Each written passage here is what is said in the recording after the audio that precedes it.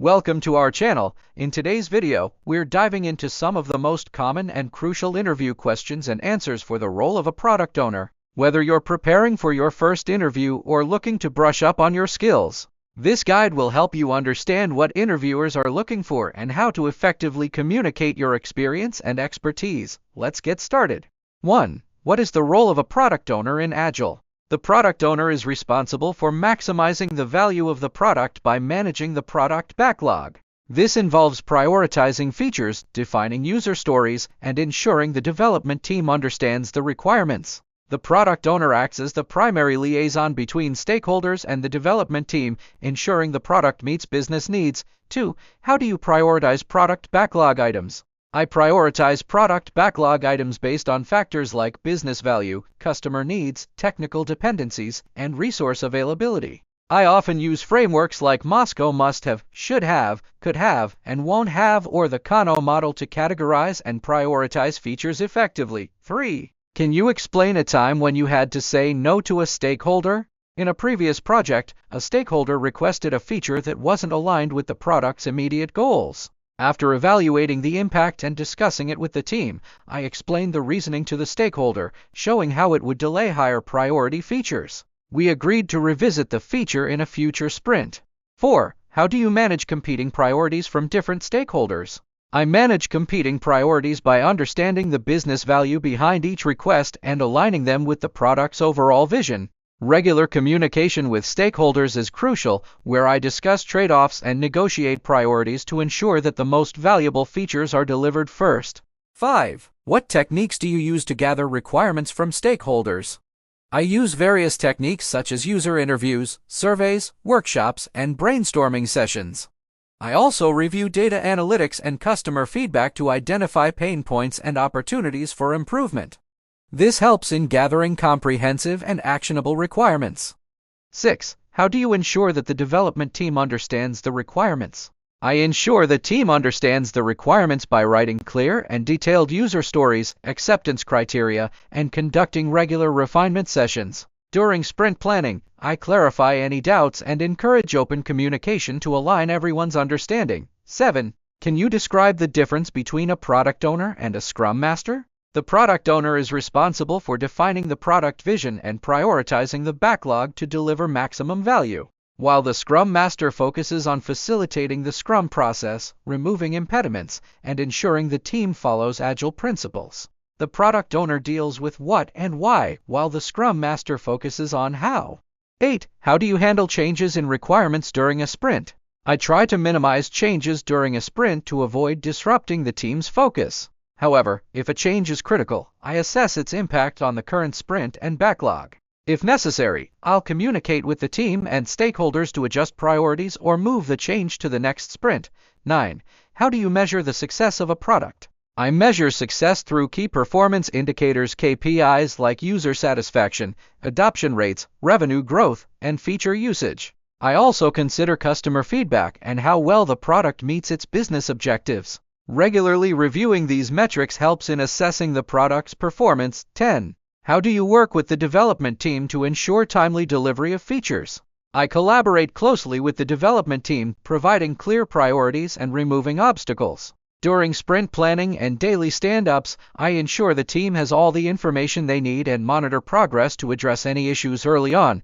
This helps in maintaining momentum and meeting deadlines.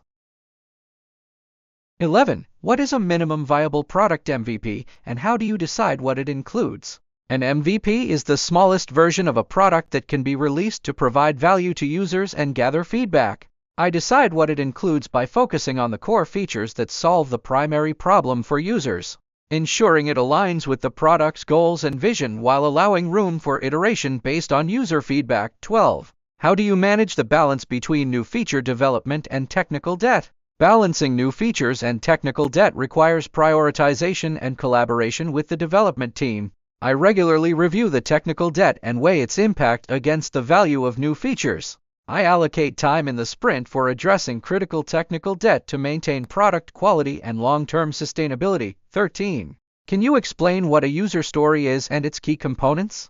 A user story is a short, simple description of a feature from the perspective of the end user.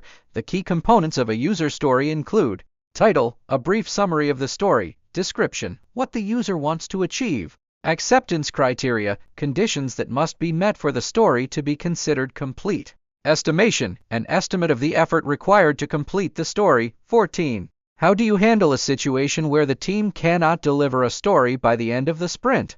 If a story cannot be completed by the end of the sprint, I first assess the reasons for the delay and discuss them with the team. We then decide whether to carry the story over to the next sprint or break it down into smaller, manageable tasks. I also review the backlog to adjust priorities if needed.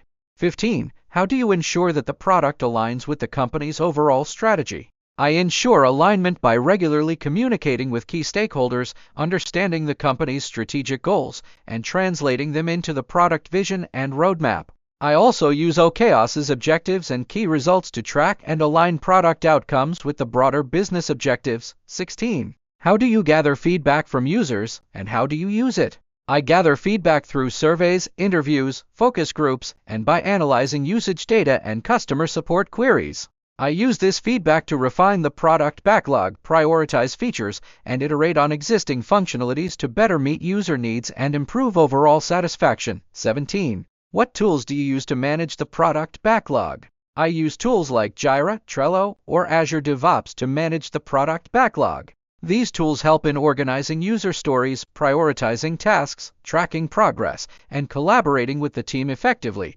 They also offer features for sprint planning and reporting. 18. How do you handle conflicts between the development team and stakeholders? I handle conflicts by facilitating open communication between the development team and stakeholders. I ensure that both sides understand each other's perspectives and work together to find a solution that aligns with the product's goals. If necessary, I mediate to reach a compromise. 19. How do you define and measure the value of a feature? I define and measure the value of a feature by considering its impact on the user experience, alignment with business objectives, and potential to drive key metrics like revenue or user engagement. I use techniques like cost-benefit analysis and ROI calculation to quantify the value and prioritize features accordingly. 20. Can you describe your experience with managing cross-functional teams? I have experience working with cross-functional teams by facilitating collaboration between developers, designers, marketing, and sales teams. I ensure that everyone is aligned with the product vision and goals by regularly holding meetings, sharing updates, and addressing any challenges that arise. This collaborative approach helps in delivering a cohesive product that meets user and business needs. Thanks for watching. We hope this video has given you valuable insights into what it takes to succeed in a product owner interview. Remember, the key to acing any interview is preparation and confidence. If you found this video helpful, don't forget to give it a thumbs up, share it with others who might benefit, and subscribe to our channel for more career tips and interview guides. Good luck with your interview, and we'll see you in the next video.